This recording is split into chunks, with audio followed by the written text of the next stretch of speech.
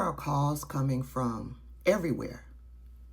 Calls calling for Graham Platner to step down.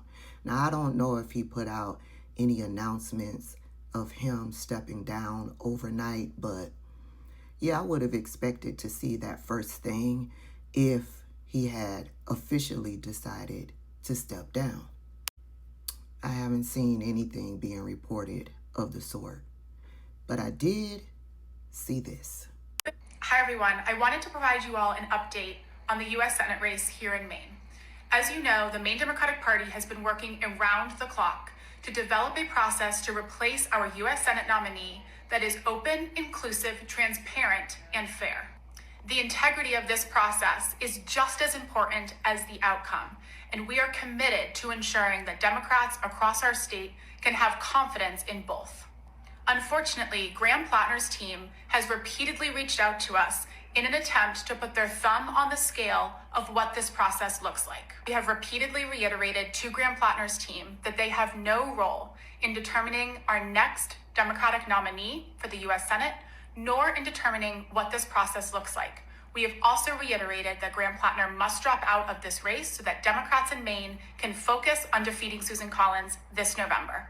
We look forward to making this process public as soon as Graham Platner formally withdraws from this race. Her name is Devin Anderson, and she is the executive director for the Maine Democrats.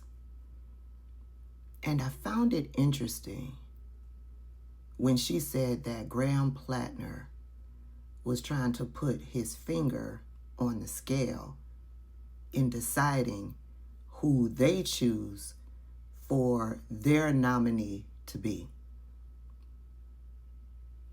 I pushed it aside, I kept it moving, went on over there to Twitter to see what was going on, and I came across this from Politics and Poll Tracker.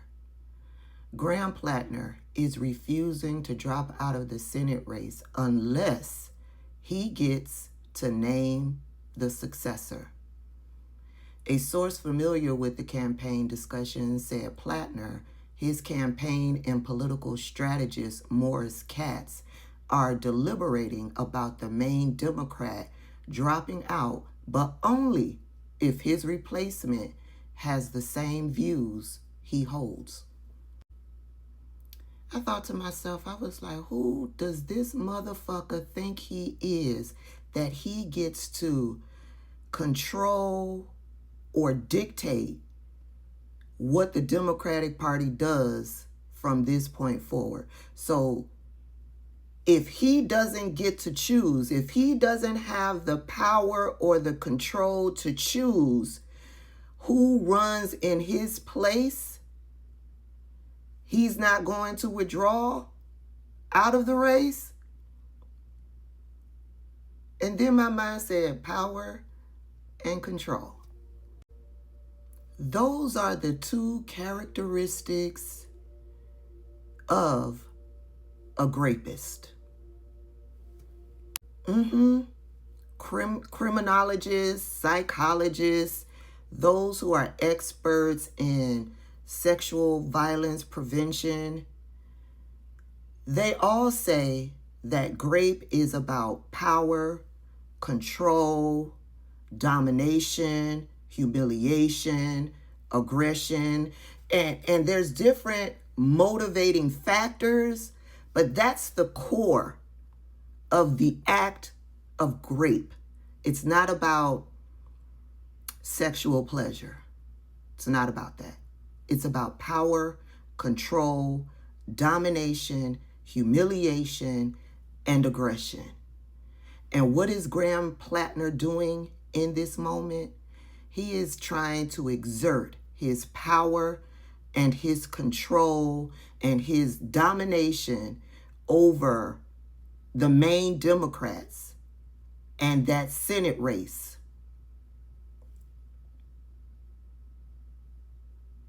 But yet he's telling you that these accusations are false while he's displaying the characteristics of a grapist.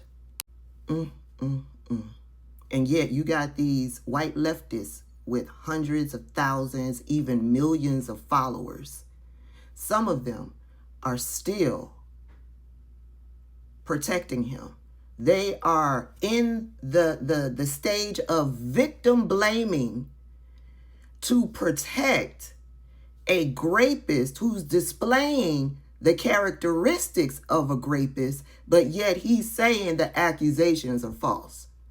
Yeah, these leftists like this chick here.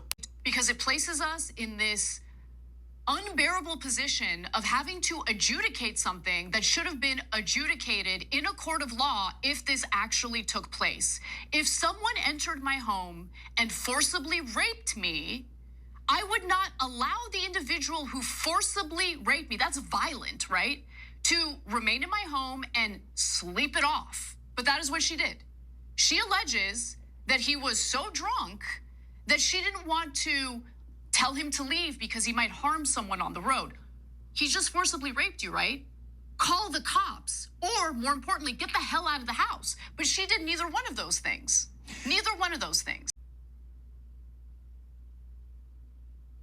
Anna Kasparian, how low have you fallen?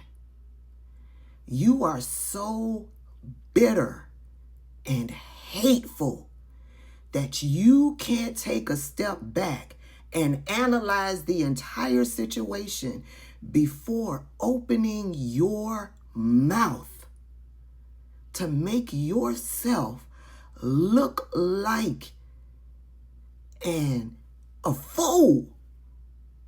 You lack empathy. You lack common sense.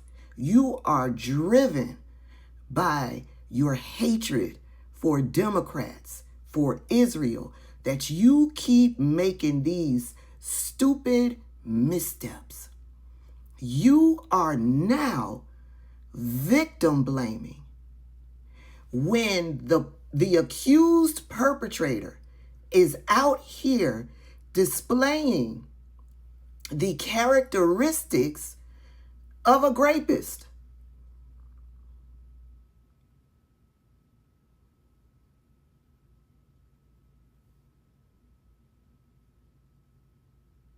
The way that you would handle a situation is not the way another woman would handle the situation.